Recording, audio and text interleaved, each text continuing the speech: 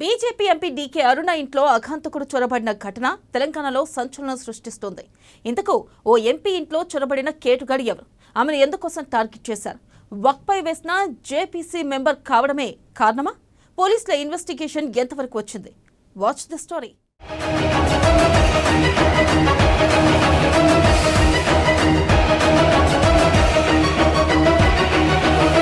BJP MP DK అరుణ జూబ్లీహిల్స్ నివాసంలో అఘంతకుడు చొరబడిన ఘటన రాష్ట్రంలో కలకలం రేపుతోంది.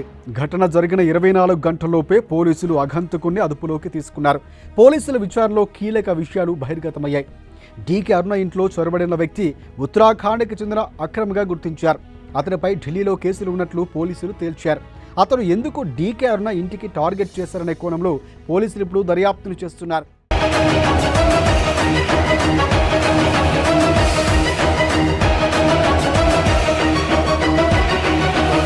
మహబూబ్ నగర్ ఎంపీ డీకే అరుణ గెలిచిన తర్వాత వక్ఫ్ భూములపై వేసిన జాయింట్ పార్లమెంటరీ కమిటీ మెంబర్గా ఆమె బాధ్యతలు నిర్వర్తిస్తున్నారు. వక్ఫ్ భూములపై గ్రౌండ్ లెవెల్లో వెళ్లి స్వయంగా డీకే అరుణ పరిశీలించారు. జహీరాబాద్, ఉప్పల్తో పాటుగా కొన్ని ప్రాంతాల్లో ఏళ్ల తరబడిగా వక్ఫ్ భూముల్లో సాగు చేసుకుంటున్న రైతులకు న్యాయం చేస్తామని భరోసానిచ్చారు డీకే అరుణ. ఇతర రాష్ట్రాల్లో జేపీసీ పర్యటించిన సందర్భాల్లో సైతం డీకే అరుణ కీలక పాత్ర పోషించారు. ఆ కారణంతోనే ఎవరైనా డీకే అరుణను టార్గెట్ చేశారా, ఇతర కారణాలు ఉన్నాయా అని ఆమె అనుచరులు అనుమానాలు వ్యక్తం చేస్తున్నారు.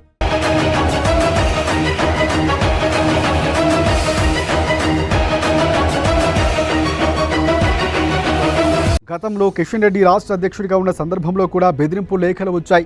ఎమ్మెల్యే రాజాసింగ్కు పాకిస్తాన్ నుంచి అనేక సార్లు బెదిరింపు కాల్స్ వచ్చాయి. తాజాగా డీకే అరుణ ఇంట్లోకి ఉత్తరాఖండ్కి చెందిన వ్యక్తి చొరబడటం వెనుక అనుమానాలు తలెత్తుతున్నాయి. అతన్ని ఎవరైనా పంపించారా, ఢిల్లీలో కేసులు ఉన్న వ్యక్తికి ఎవరైనా సుపారీ ఇచ్చారా అనే కారణాలు కూడా వ్యక్తమవుతున్నాయి. ఇక డీకే అరుణ ఇంట్లో లేకపోవడంతో తిరిగి వెళ్ళిపోయారా అనే అనుమానాలు కూడా ఇప్పుడు దారితీస్తున్నాయి. ఒకవేళ దొంగతనానికి వస్తే ఇంట్లో వెండితో పాటుగా విలువైన వస్తువులు ఎందుకు ముట్టుకోలేదని డీకే అరుణ అనుచరులు ఇప్పుడు ప్రధానంగా అనుమానం వ్యక్తం చేస్తున్నారు.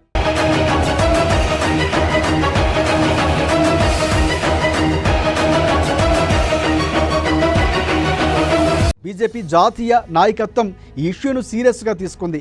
పార్టీ హైకమాండ్ కూడా. ఈ నేపథ్యంలో హోంమంత్రి అమిత్ షాతో పాటుగా పార్టీ జాతీయ అధ్యక్షుడు జయప్రకాష్ నడ్డా ఘటనా వివరాలు అడిగి తెలుసుకున్నారు. తెలంగాణ ముఖ్యమంత్రి రేవంత్ రెడ్డి, ఇంకా బీజేపీ రాష్ట్ర అధ్యక్షుడు కిషన్ రెడ్డి, కేంద్ర హోంశాఖ సహాయ మంత్రి బండి సంజయ్ ఘటనపై డీకే అరుణకు ఫోన్ చేసి వివరాలు కూడా తెలుసుకున్నారు. ఇదే నేపథ్యంలో డీకే అరుణకు భద్రత పెంచుతామని కూడా సీఎం రేవంత్ రెడ్డి ప్రకటించారు. చూడాలి మరి నిజాలు బయటకు రాబోతున్నాయా, కేవలం దొంగతనం నేపథ్యంలోనే అక్కడికి ఆ దొంగ వెళ్ళాడన్నది చూడాలి.